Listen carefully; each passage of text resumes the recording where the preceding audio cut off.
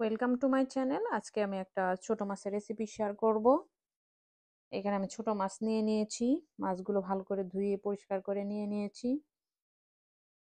এখন অ্যাড করব হলুদের গুঁড়ো 1 টেবিল স্পুন, দিয়ে দিচ্ছি হাফ টেবিল স্পুন মরিচের গুঁড়ো, দিয়ে দিয়েছি স্বাদ মতো লবণ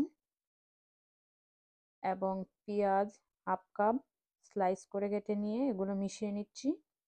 সাথে একটু তেল অ্যাড করব 1 টেবিল স্পুন। এখন ভালো করে মিক্স করে নিব। তো আমার মিক্স করা হয়ে গেছে। সাথে আমি কয়েকটা কাঁচা লঙ্কা ইউজ করব। এখন চুলায় একটা প্যান বসিয়ে দিয়েছি, পরিমাণ মতো তেল দিয়ে দিব এবং একটা তেজপাতা দিয়ে দিয়েছি, হাফ টেবিল স্পুন কালো জিরে এবং 1 কাপ পেঁয়াজ কুচি।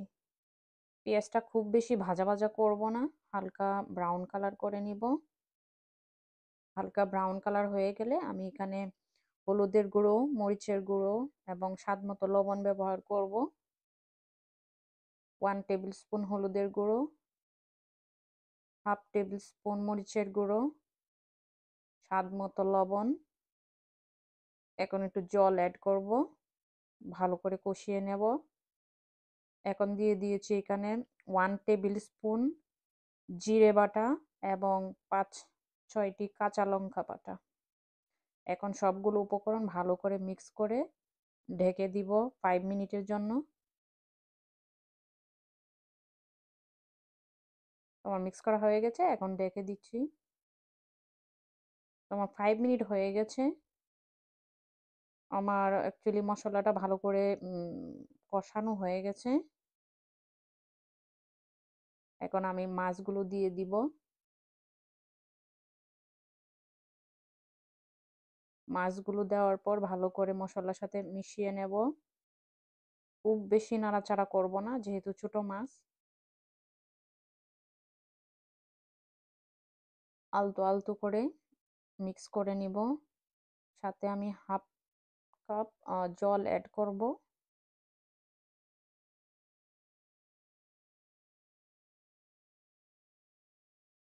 তোমার মিক্স করা হয়ে গেছে, এখন আমি জল অ্যাড করে নিব।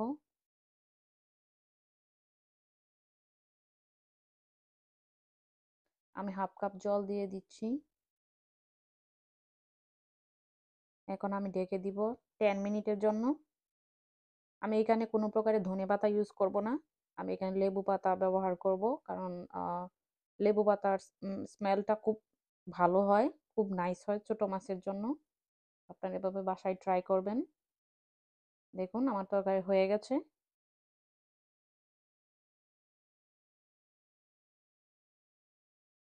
এখন আমি লেবু পাতা দিয়ে দিব। এখন তরকারি খাওয়ার জন্য একদম রেডি। তো গাইস, বাসায় এভাবে ট্রাই করবেন। আর আমার ভিডিওটি যদি ভালো লেগে থাকে নিশ্চয়ই কমেন্টস করে জানাবেন কেমন হয়েছে। Thank you for watching. Thank you so much.